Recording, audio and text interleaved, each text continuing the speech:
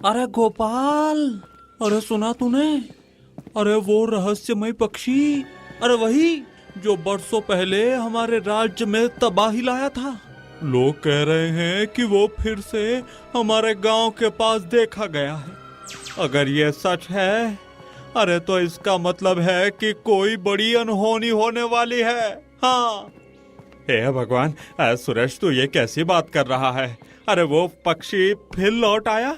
अरे ये तो राज्य के लिए सबसे बड़ा अपशकुन है। अरे हाँ, यही डर मुझे भी सताता है। अरे पता नहीं इस बार कौन सी विपत्ति अरे हमारे गांव राजमहल पर टूटने वाली है। बस अब तो यही दुआ है कि भगवान हमारे राज्य को सही सलामत रखे। हाँ, और उस रहस्यमय पक्षी के पीछे का भेद कोई सुलझा पाए। हाँ भाई हाँ, बस यही दुआ है। माहिष्मती राज्य में रामू अपनी पत्नी सीता के साथ रहता था। सीता रोज की गरीबी और परेशानियों से तंग आ चुकी थी और गौरी को बोझ मानती थी।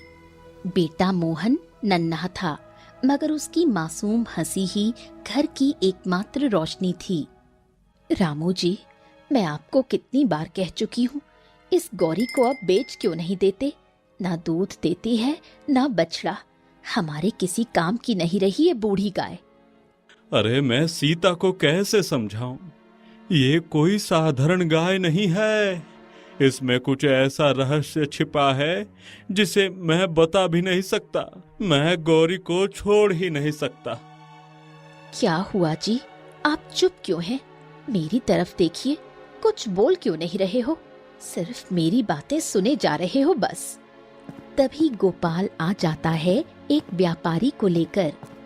अरे ओ सीता बहन, देखो मैं तुम्हारे लिए एक व्यापारी लाया हूँ। ये तुम्हारी गाय खरीद लेगा और बदले में अच्छे खासे पैसे देगा। अरे वाह भाई साहब, आपने तो बहुत अच्छा किया। मैं तो कब से यही कह रही थी कि इस गौरी को बेचना चाहिए। व्यापारी जी बताइए, कितने पैसे देंगे? मैं इस गाय के लिए पूरे 15 चांदी के सिक्के दूंगा। सोच लो, ये काफी बड़ी रकम है। इतना तो बहुत है, मैं तैयार हूँ इसे बेचने को। नहीं नहीं नहीं नहीं नहीं सीता, चाहे कुछ भी हो जाए, मैं गौरी को नहीं बेचूंगा। वो मेरे लिए सिर्फ गाय ही नहीं, मेरा परिवार है। चाहे तुम कुछ भी कहो, पर मैं इसे कभी नहीं बेचने वाला हूँ। बस। क्यों नहीं बेच सकते? क्या इस बूढ़ी गाय से हमारे बेटे का पेट भरेगा या हमारी गरीबी दूर हो जाएगी? अरे रामू, तू तो पागल हो गया है। पूरे गांव में कौन इतना पागल है जो इस बेकार गाय के पीछे अपनी जिंदगी बर्बाद करे, हैं? फिर रामू गौरी को लेकर वहाँ से चला जाता है। पता नहीं इनको क्या हो गया है, गौरी का नाम आते ही गुस्से से भर जाते हैं। आखिर क्या राज है इनकी और इस गाय के बीच? फिर ऐसे ही कई दिन बीत जाते हैं। अचानक एक सुबह गौरी बीमार हो जाती है। हे भगवान, गौरी गौरी तुम्हें तो तेज बुखार है, हैं? तुम्हारे लिए जल्दी दवा लानी होगी। सीता, जरा कुछ पैसे दे दो, दवा लानी है। घर में एक फूटी कौड़ी नहीं है जी, पैसे मैं कहाँ से लाऊं? यहाँ तो खाने के भी लाले पड़े हैं। नहीं, मैं हार नहीं मानूंगा। चाहे कुछ भी हो, गौरी को ठीक करना ही होगा। हाँ। रामू सीधा जमींदार के पास पहुँचता है। जमींदार साहब, मेरी गौरी बहुत बीमार है। दवाइयों के लिए मुझे कुछ पैसे चाहिए। दया कीजिए जमींदार साहब, दया कीजिए। अरे वही तेरी बूढ़ी गाय? अरे रामू, तू इसे क्यों पाले बैठा है? न दूध देती है न बछड़ा, किसी काम की नहीं रही। अरे बेच दे इसे। हाँ। नहीं साहब, वजह कुछ भी हो, मैं गौरी को कभी नहीं बेचूंगा। आप बस मेरी मदद कर दीजिए जमींदार साहब। अच्छा चल, तेरी हालत पर मुझे तरस आ गया। ले ये कुछ पैसे, दवा ले आ, जा। फिर रामू खुश होकर वो पैसे ले लेता है और दवा लाता है और गौरी का इलाज करता है। कुछ ही दिनों में गौरी ठीक हो जाती है, पर तभी अचानक रामू का बेटा मोहन बीमार पड़ जाता है।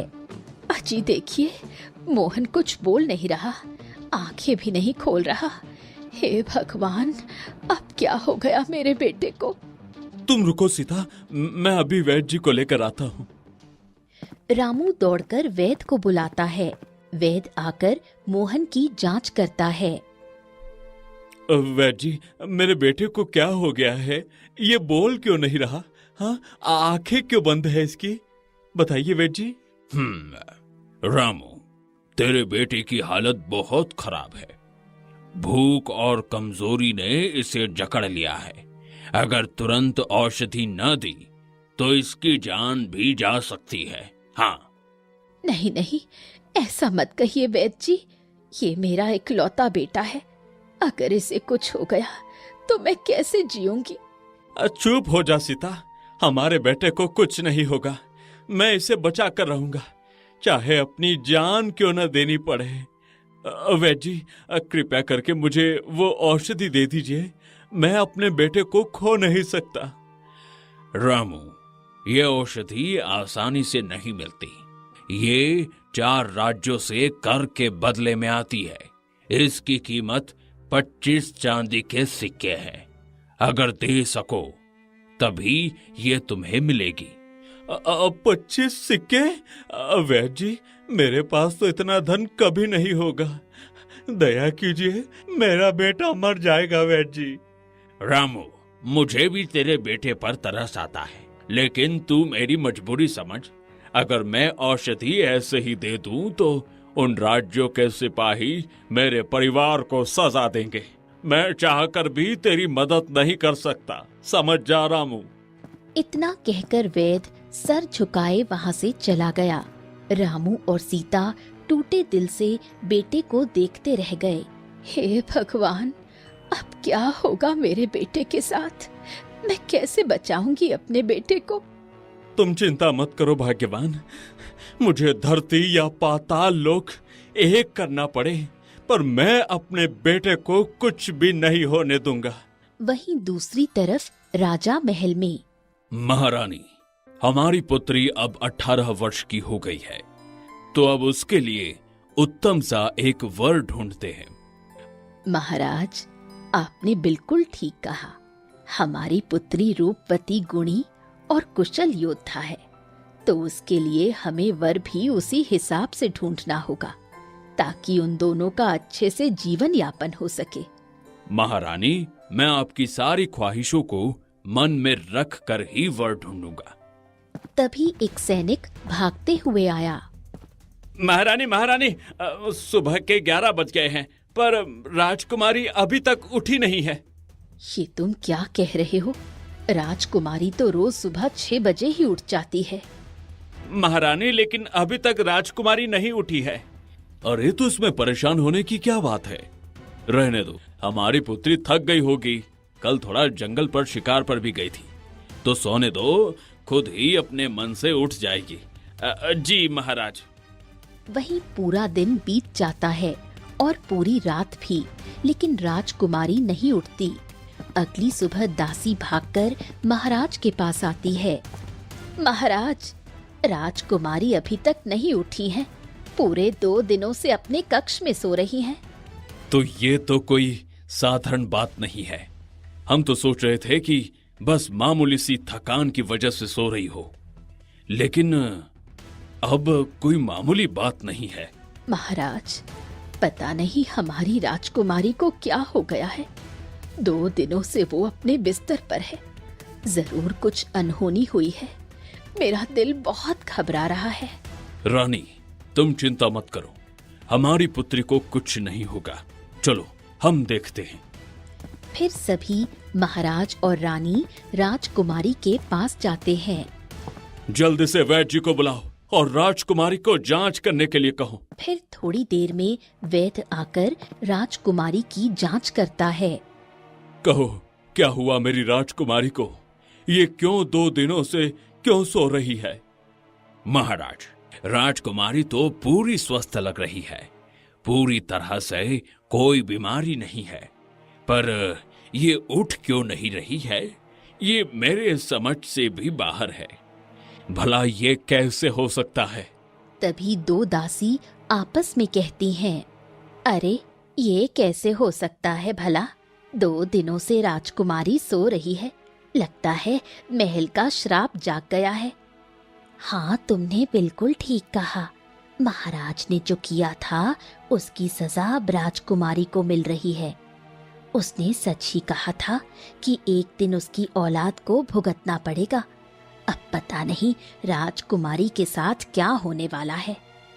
सैनिकों, जल्दी जाओ और ज्योतिष महाराज को बुला कर लाओ। हम आज ही दरबार में इस विषय पर चर्चा करेंगे। जी महाराज, मैं अभी ज्योतिष को लेकर आता हूँ। फिर थोड़ी देर में दरबार लगता है और सभी लोग वहां उपस्थित होते हैं। ज्योतिषी महाराज, बताइए मेरी पुत्री को ऐसा क्या हो गया है जो वो 2 दिनों से उठ नहीं रही है। मेरा दिल बहुत घबरा रहा है, क्योंकि वो मेरी इकलौती पुत्री है। अगर उसे कुछ हो गया तो हमारी और रानी का जीना मुश्किल हो जाएगा। महाराज, ये कोई साधारण बीमारी नहीं है। आपकी पुत्री की आत्मा आपकी पुत्री के शरीर से निकल चुकी है और वो एक पक्षी के पंख में कैद हो गई है। ये आप क्या कह रहे हैं ज्योतिषी महाराज? भला ऐसे कैसे हो सकता है? महाराज, याद रखिए, बरसों पहले आपने एक जादूगरनी को उसके जादू की वजह से राज्य से निष्कासित कर दिया था और उसकी घोर बेइज्जती करके यहाँ से भगा दिया था। उसी ने कहा था, आपका जो वो बदला लेगी, वो आपकी औलाद से लेगी। जब राजकुमारी कल जंगल में शिकार पर गई थी, उसी समय उसने राजकुमारी का एक बाल खींच लिया था और इस बाल को लेकर एक रहस्यमय पक्षी है जो कि हमारे राज्य में फिर वापस आ गया है। उसी के पंख में बांधकर उसने छोड़ दिया, जिस वजह से राजकुमारी की आत्मा उस पक्षी के पंख में कैद हो गई है। अब हम क्या करेंगे? हमारी पुत्री को इससे कैसे आजाद कर सकते हैं? बताइए ज्योतिष महाराज। महाराज, ये कोई साधारण पक्षी नहीं है। इसके निकट जो भी गया है वो मर गया है या कभी वापस नहीं आया है। मगर राजकुमारी को आने वाली पूर्णिमा की रात से पहले अगर उसे पक्षी के पंख से राजकुमारी की आत्मा को आजाद न कराया गया तो राजकुमारी हमेशा के लिए खत्म हो सकती। नहीं नहीं नहीं नहीं, ऐसा नहीं हो सकता। महाराज, कोई उपाय बताइए। मैं कुछ भी करने को तैयार हूँ उस पक्षी को ढूंढने के लिए। वो विचित्र पक्षी है और उसे कोई आम व्यक्ति पकड़ भी नहीं सकता। आप एक काम करिए, जो भी उस पक्षी का पंख ला देगा उसे आप ढेर सारे इनाम देंगे और जिससे आपकी राजकुमारी के बचने की उम्मीद ज्यादा बढ़ जाएगी। हाँ हाँ हाँ महाराज, बिल्कुल सही है। सैनिकों, आज ही जाओ और पूरे राज्य में घोषणा करवा दो कि जो भी उस विचित्र पक्षी का पंख लेकर आएगा उसे हम ढेर सारा इनाम देंगे और अपने राज्य में एक पद भी देंगे। जो आज्ञा महाराज।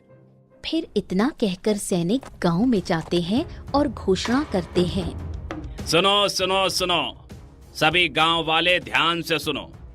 महाराज ने ये घोषणा करवाई है, जो भी विचित्र पक्षी का पंख महाराज को देगा उसे महाराज ढेर सारा इनाम देंगे और बदले में राज दरबार में उसे एक पद भी दिया जाएगा। अरे ये क्या कह दिया महाराज ने? अरे सबकी अर्थियां उठाना चाहते हैं क्या? हैं? अरे यही लग रहा है, महाराज सबकी अर्थियों की तैयारी कर रहे हैं। अरे हमें नहीं जाना है। हाँ, अरे ये बात हमें जाकर रामू को कहना चाहिए, शायद वो जा सके, क्योंकि उसकी आर्थिक स्थिति ठीक नहीं है। सुना है उसका बेटा भी मरने वाला है और उसके पास पैसे भी नहीं है। शायद वो अपने बेटे को बचा ले। हाँ हाँ। अरे तू क्यों बेचारे को मारने पर तुला है? है? अरे वो वैसे भी भूख से तो मर ही रहा है। चलो रामू के पास चलते हैं। फिर दोनों रामू के पास जाते हैं। रामू, एक रास्ता है, अगर तू चाहेगा तो अपने बेटे को बचा सकता है। मैं कुछ भी करने को तैयार हूँ, तुम बस बताओ मुझे क्या करना है। देखो, महाराज ने घोषणा करवाई है, जो भी विचित्र पक्षी का पंख लाकर महाराज को देगा, महाराज उसे ढेर सारा खजाना और राज दरबार में एक पद भी देंगे। हाँ, सच में? ठीक है, मैं वो विचित्र पक्षी का पंख लेकर आऊंगा, चाहे कुछ भी हो जाए। क्या विचित्र पक्षी का पंख?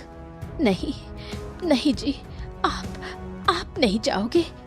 अरे ये तुम कैसी बात कर रही हो सीता? अगर मैं वो पंख न लाया तो मैं अपने बेटे को नहीं बचा पाऊंगा, और इतना पैसा तो मुझे कोई देने वाला भी नहीं है। सिर्फ एक यही रास्ता है, तो मुझे जाना ही पड़ेगा। सीता, मुझे जाना पड़ेगा।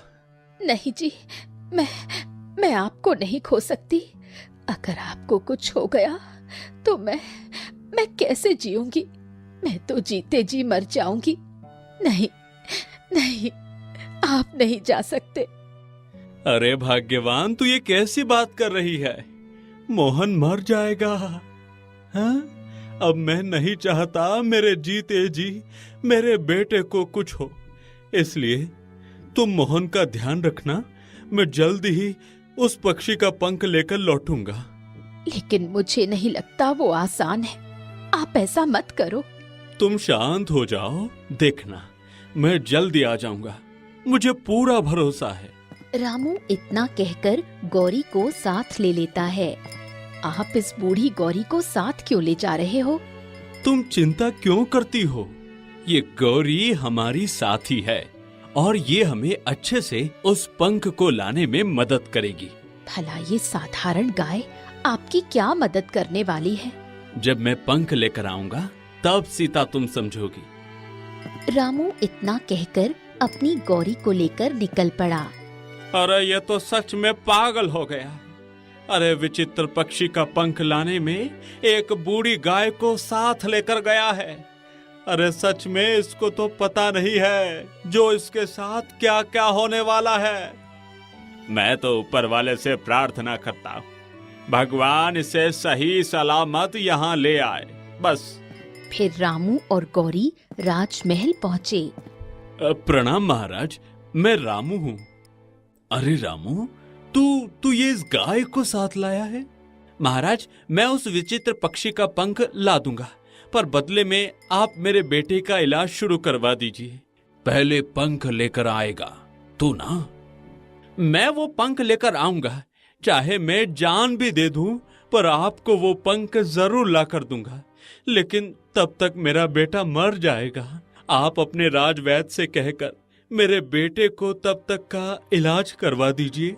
ठीक है, मैं पूरी जिम्मेदारी लेता हूँ। तुम्हारी गैर हाजिरी में मैं तुम्हारे बेटे को कुछ नहीं होने दूंगा, बस तुम वो पंख लेकर आ जाना। जी महाराज, मैं वो पंख जरूर लेकर आऊंगा।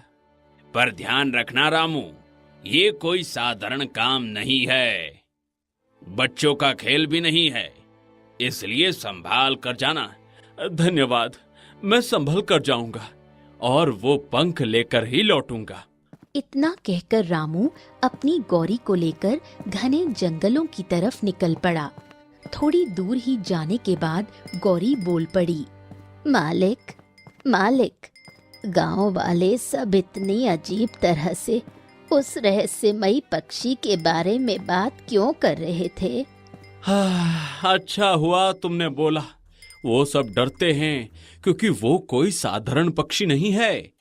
कई साल पहले हमारे दादाओं के जमाने में वो इस राज्य में आई थी।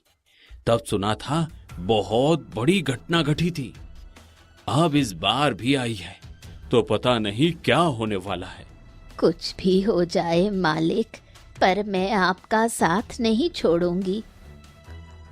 इसीलिए तो मैंने तुमको अपने साथ लिया है, क्योंकि तुम जानती हो तुम कोई साधारण गाय नहीं हो। दुनिया समझती है तुम बस एक बूढ़ी गाय हो, पर तुम मेरी शक्ति हो, ये कोई नहीं जानता। हाँ मालिक, ये रहस्य हम दोनों के बीच ही रहेगा कि मैं बात कर सकती हूँ और मेरी भाषा आपके सिवा कोई नहीं समझ सकता। ये बात तो तुमने बिल्कुल ठीक कही। आखिर साधु महाराज ने वरदान ही यही दिया था कि सिर्फ मैं ही तुम्हारी तकलीफ समझ सकता हूँ। इसलिए तो मैं तुम्हें अपने से कभी दूर नहीं करूँगा, चाहे जो भी हो जाए। अब चलो जल्दी आगे चलते हैं। फिर रामू और गौरी इतना कहकर दोनों घने जंगलों की तरफ निकल पड़े। 2 दिन बीत गए और रामू और गौरी बिना रुके चलते रहे। मालिक, मैं बहुत थक चुकी हूँ। अब मेरे पैर जवाब दे रहे हैं, मैं अब नहीं चल पाऊंगी। गौरी, हिम्मत रख, हम दोनों साथ हैं तो कोई भी रास्ता कठिन नहीं होगा। हम लोग ये कर लेंगे, बस हौसला रख। मालिक, क्यों नहीं। फिर गौरी हिम्मत करके आगे बढ़ी और थोड़ी दूर जाने के बाद जोर से आंधी आ जाती है। गौरी, गौरी संभाल कर, आंधी आ रही है। अगर हम पीछे हट गए तो फिर कभी आगे नहीं पहुंच पाएंगे। हमें इस आंधी में ही आगे चलना होगा। मालिक, आप मेरी पूंछ पकड़ लो ताकि हम दोनों एक दूसरे से अलग ना हो। फिर दोनों एक दूसरे को पकड़कर धीरे धीरे आगे बढ़ते हैं और आंधी को पार करते हैं। हाँ, कितनी रेतीली आंधी थी। अगर हम दोनों ने अकल से काम न लिया होता तो इस आंधी में तो कहां से कहां चले जाते होते अपन, है ना? मालिक, हम दोनों हैं ना, तो हर एक पड़ाव को पार कर लेंगे। फिर दोनों आगे बढ़ते हैं। मालिक, मुझे बहुत जोरों से भूख लगी है। अब मुझसे एक कदम भी नहीं चला जाएगा। कुछ खाने को दे दो ना। ठीक है, रुक गौरी, मैं तुम्हारे लिए कोई फल या हरी घास देखता हूँ। यहाँ पर तो सिर्फ पेड़ हैं, घास पर नजर नहीं पड़ रही। हाँ गौरी, यहाँ पर तो खाने लायक कुछ भी नहीं है। थोड़ा और आगे चलो, हमें कुछ मिल जाए। हाँ? दोनों हिम्मत करके थके हारे थोड़ा और आगे जाते हैं और मायावी जंगल में घुस जाते हैं। अरे गौरी, अरे तू तो यहाँ दो दिख रही है। इधर भी तू और इधर भी तू, हैं? मालिक, आप भी मुझे 2 दिख रहे हो। आप असली कौन हो और नकली कौन हो? अरे ये अब हमारे साथ क्यों हो रहा है? अब हम क्या करें? मालिक, मैंने आपको पहचान लिया। आप रुकिए। फिर गौरी रामू के पास जाती है। मैंने आपको पहचान लिया मालिक। आपकी परछाई जो असली होती है उसकी परछाई होती है, और जो नकली होती है उसकी परछाई नहीं बनती है। नकली छाया गायब हो जाती है। तुमने तो कमाल कर दिया गौरी। मालिक, ये कोई साधारण जंगल नहीं है, ये मायावी जंगल है। हम दोनों को सोच समझकर चलना होगा। वो थोड़ा आगे बढ़ते हैं, तभी उन्हें 4 नदी दिखाई पड़ती हैं, जिनमें खतरनाक जानवर थे। गौरी, अब हम क्या करें? इसमें से कौन सी असली नदी है और कौन सा असली जानवर, हमें समझ में नहीं आ रहा है। मालिक, ये भ्रम जाल है, नदी का भ्रम जल है। हमें सोच समझकर पांव रखना होगा। अगर हमने गलत नदी में पांव रख दिया तो हमेशा के लिए पाताल लोक में चले जाएंगे। तो अब हम क्या करें? कैसे इनमें से असली नदी को पार करेंगे? हाँ?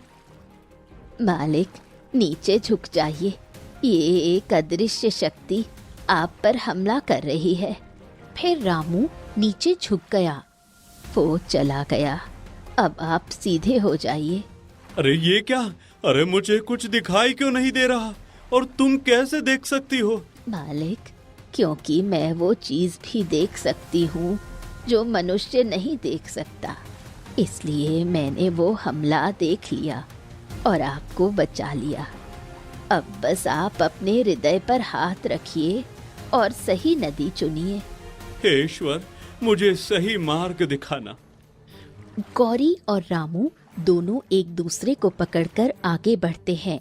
भ्रम की नदी गायब हो जाती है और दोनों आगे बढ़ जाते हैं। हमने ये भी परीक्षा पार कर ली।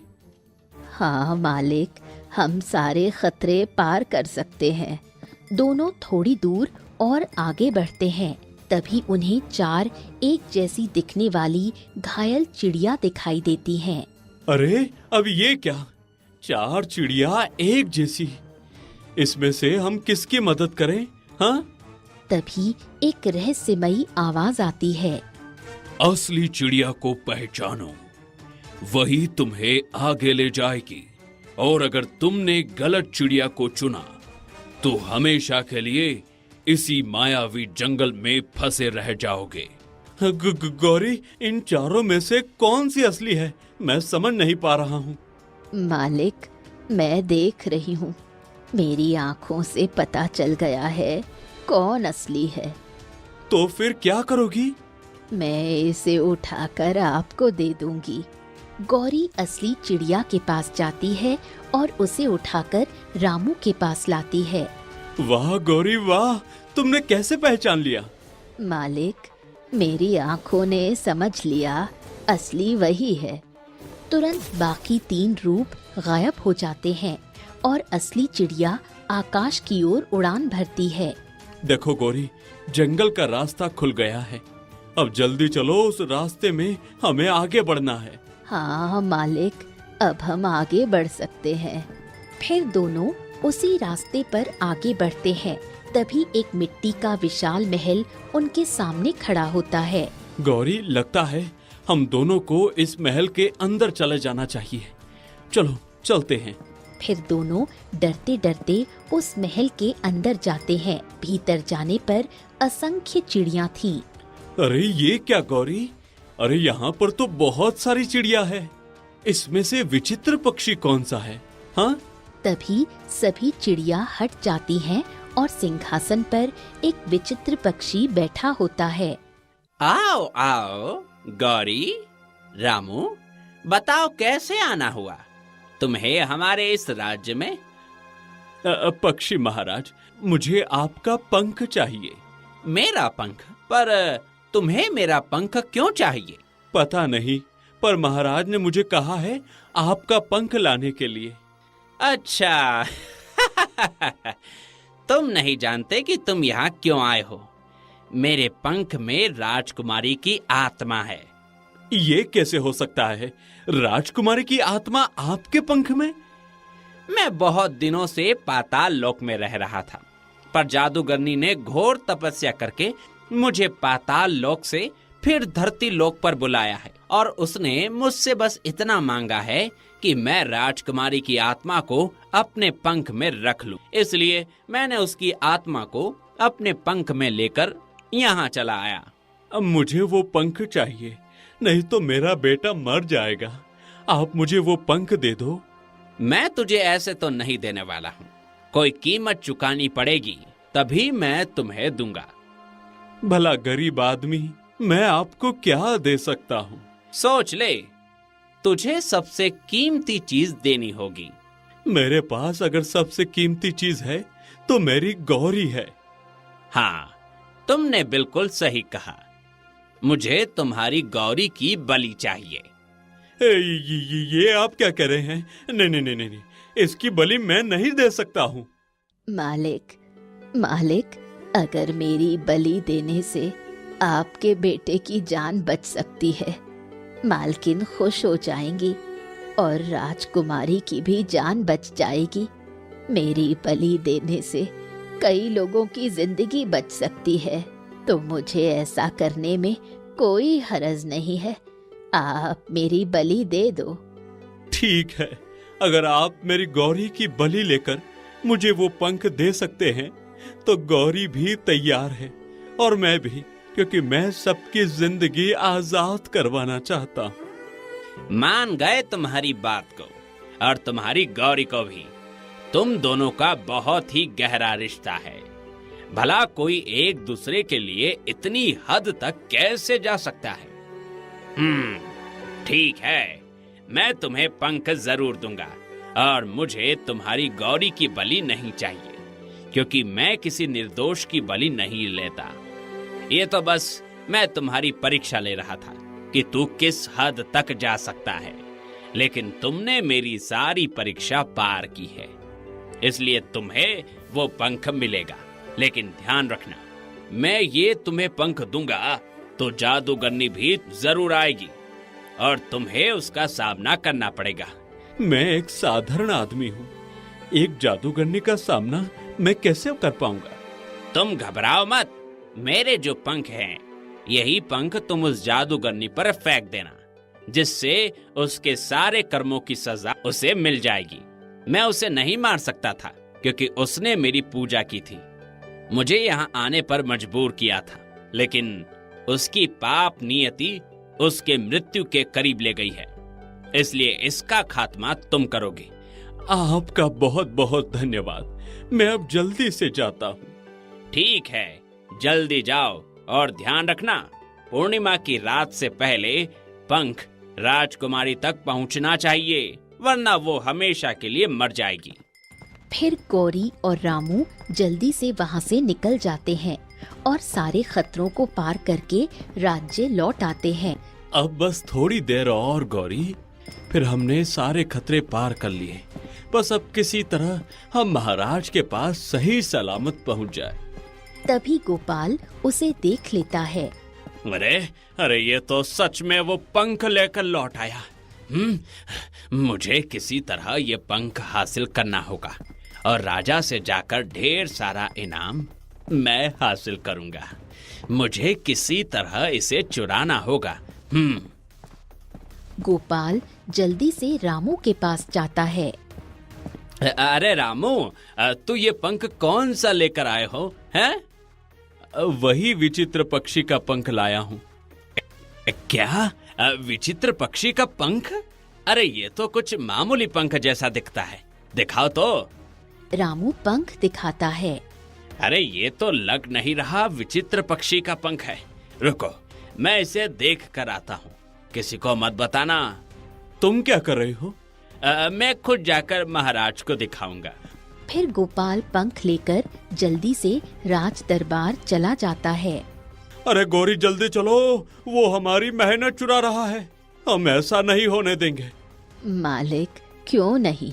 फिर दोनों गोपाल के पीछे पीछे राज दरबार पहुंचते हैं। कहो रामू, तुम पंख ले आए हो? महाराज, मैं पंख लाया हूँ, ये देखिए, विचित्र पक्षी का पंख। ये तो पंख तुम लाने वाले थे, फिर ये गोपाल कैसे लाया? महाराज, ये पंख लेकर मैं ही आया था, पर इस गोपाल ने मेरे गांव की सीमा पर आते ही मुझसे पंख देखने के लिए मांगा और लेकर राज दरबार आ गया है, और मेरे किए गए काम को अपना नाम दे रहा है। नहीं महाराज, ये झूठ है, मैं ये पंख लेकर आया हूँ। झूठ मैं नहीं, तुम बोल रहे हो। तभी अचानक गोपाल के हाथ से पंख गायब हो जाता है और रामू के हाथ में आ जाता है। देखा महाराज, मैं सच कह रहा था, ये पंख मेरे पास आ गया। रामू, तुमने सच कहा, ये झूठ को सजा मिली। सैनिकों, गोपाल को पकड़कर कारावास में डालो। किसी की मेहनत के साथ खिलवाड़ नहीं करने दूंगा, वो भी मेरी राजकुमारी की जान के साथ। मुझे माफ कर दो महाराज, मैं ऐसा कभी नहीं करूंगा, मुझे माफ कर दो। मौका मिलेगा तभी तो तू करेगा, हैं? अब अपनी गलती की सजा अब भुगतो। फिर सैनिक गोपाल को लेकर चले जाते हैं। तभी अचानक जादूगरनी आती है। किसकी हिम्मत हो गई जो मेरे किए गए जादू को तोड़ना चाहता है? जादूगरनी, मैं तुम्हें छोड़ूंगा नहीं। तुमने मेरी बेटी के साथ ऐसा करने की सोची भी कैसे? तुम मेरा कुछ नहीं बिगाड़ सकते राजा। तू एक मामूली इंसान है और मैं सबसे सर्वशक्तिशाली जादूगरनी। मेरा कोई कुछ नहीं बिगाड़ सकता। तू नहीं जीत सकती। तू कितनी भी शक्तिशाली है, पर तू पाप है और हम लोग इंसान ही है, पर कोई पाप नहीं किए हैं। इतना कहकर रामू अपने हाथ से पंख लेकर जादूगरनी पर फेंक देता है। नहीं, ऐसा नहीं हुआ। ये असंभव था। फिर तुमने ऐसा कैसे कर लिया? तभी जादूगरनी जलकर भस्म हो जाती है।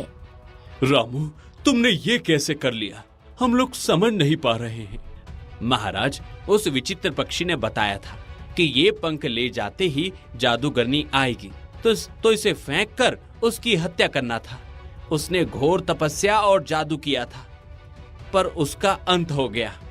जल्दी अब मेरी राजकुमारी के पास चलो, उसे भी ठीक करना है। जी महाराज, मैं चलता हूँ और राजकुमारी भी ठीक हो जाएगी।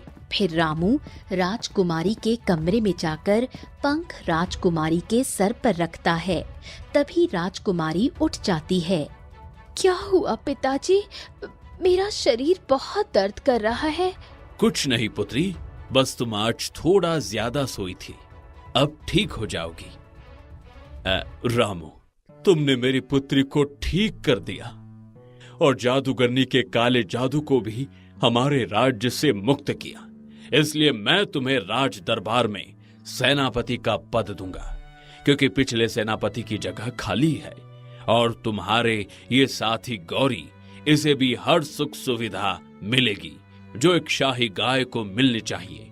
और रामू, तुम्हारा बेटा भी जैसे मैंने वादा किया था अब पूरी तरह से स्वस्थ है और तुम्हारी पत्नी के पास है। आपका बहुत बहुत धन्यवाद महाराज, आपने मेरे सारे दुख दूर कर दिए।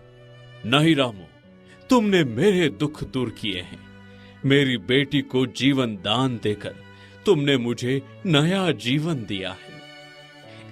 फिर कुछ ही दिनों में रामू, गौरी और सीता की जिंदगी बेहतर हो जाती है।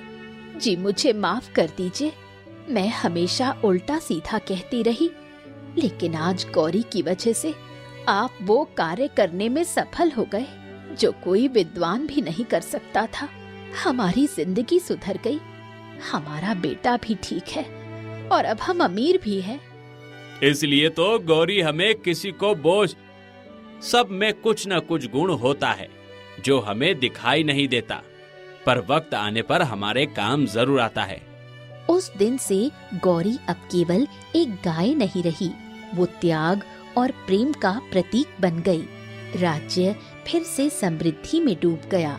रामू, उसकी पत्नी, बेटा और गौरी हंसी खुशी अपना जीवन बिताने लगे। तो दोस्तों, कहानी कैसी लगी कमेंट बॉक्स में जरूर बताइए। चैनल को जरूर सब्सक्राइब कीजिए।